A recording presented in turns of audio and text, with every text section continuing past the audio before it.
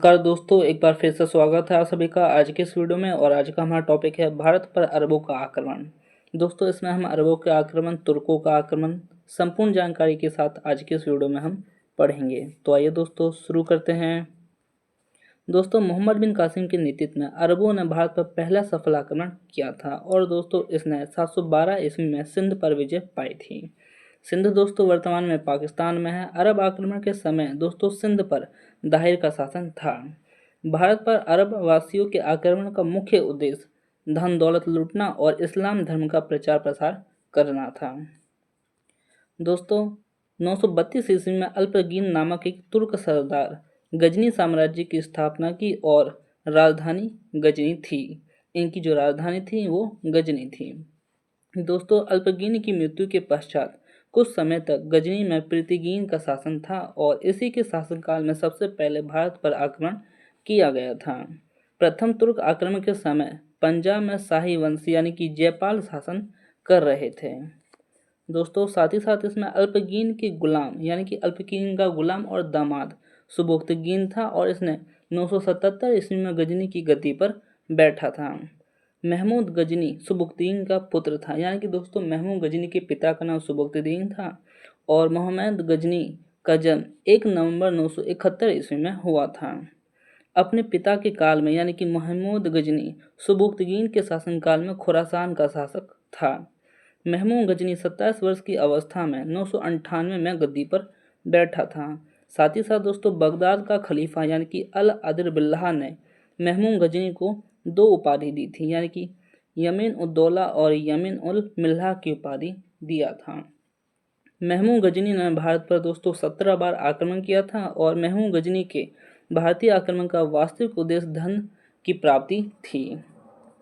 साथ ही साथ दोस्तों इसमें महमूद गजनी एक मूर्ति भंजक आक्रमणकारी था। मूर्ति भंजक आक्रमणकारी का मतलब होता है दोस्तों ऐसा व्यक्ति जो मूर्तियों को तोड़ता है या फिर उनका विरोध करता है।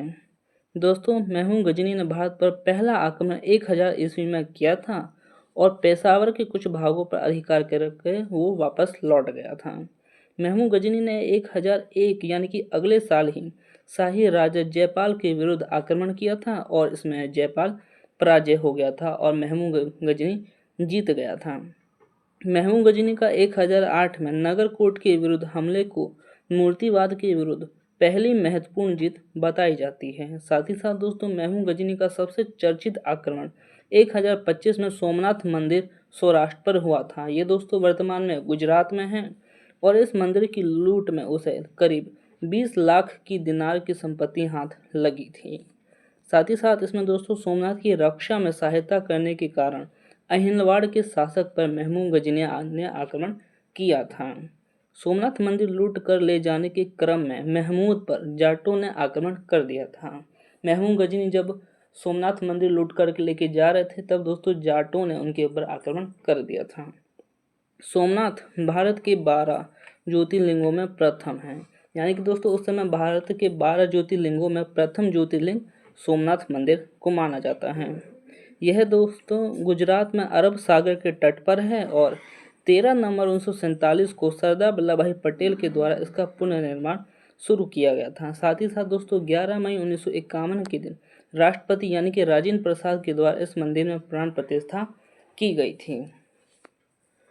दोस्तों महमूद गजनी का अंतिम भारतीय आक्रमण 1027 में जाटों के विरुद्ध हुआ था, क्योंकि जाटों ने महमूद गजनी के ऊपर हमला किया था और दोस्तों महमूद गजनी की मृत्यु 1030 में हो जाती है। और दोस्तों सुल्तान की उपाधि धारण करने वाला पहला शासक महमूद गजनी को ही माना जाता है। साथ ही साथ महमूद के सेना में सेबंद रॉय और तिलक जैसे हिंदू उच्च पदों पर आसीन थे। दोस्तों महमूद गजनी जो कि एक मुसलमान है, उनकी सेनाओं में हिंदू लोग भी रहते थे। अलबरूनी, फिरदौसी, उतबी और फरूखी महमूद गजनी के दरबार में रहते थे। दोस्तों अलबरूनी की पुस्तक है किताब उल हिंद, उस पुस्तक के लेखक अलबरूनी ही है। अब दोस्तों मोहम्मद गौरी के बारे में भी समझ लेते हैं। गौर महमूद गजनी के अधीन एक छोटा सा राज्य है और 1173 ईस्वी में साहबुद्दीन मोहम्मद गौर का शासक बना था। दोस्तों इसने भारत पर पहला आक्रमण 1175 ईस्वी में मुल्तान पर किया था। मुल्तान दोस्तों वर्तमान में पाकिस्तान में है और चिनाब नदी के किनारे स्थित है। मोहम्मद गौरी का दूसरा आक्रमण दोस्तों 1178 ईस्वी में पाटन यानी कि गुजरात पर हुआ था और यहाँ के शासक यानी कि भीमदुत्ते ने गौरी को बुरी तरह से परास्त किया था यानी कि हराया था।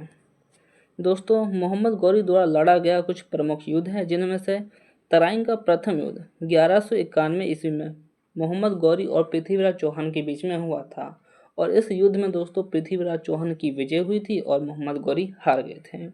फिर दोस्तों इसके एक साल बाद ही यानी कि 1192 ईस्वी में तराइन का दूसरा युद्ध होता है, जिसमें गौरी और पृथ्वीराज चौहान के बीच होता है। इसमें पृथ्वीराज चौहान हार जाते हैं और मोहम्मद गौरी जीत जाते हैं।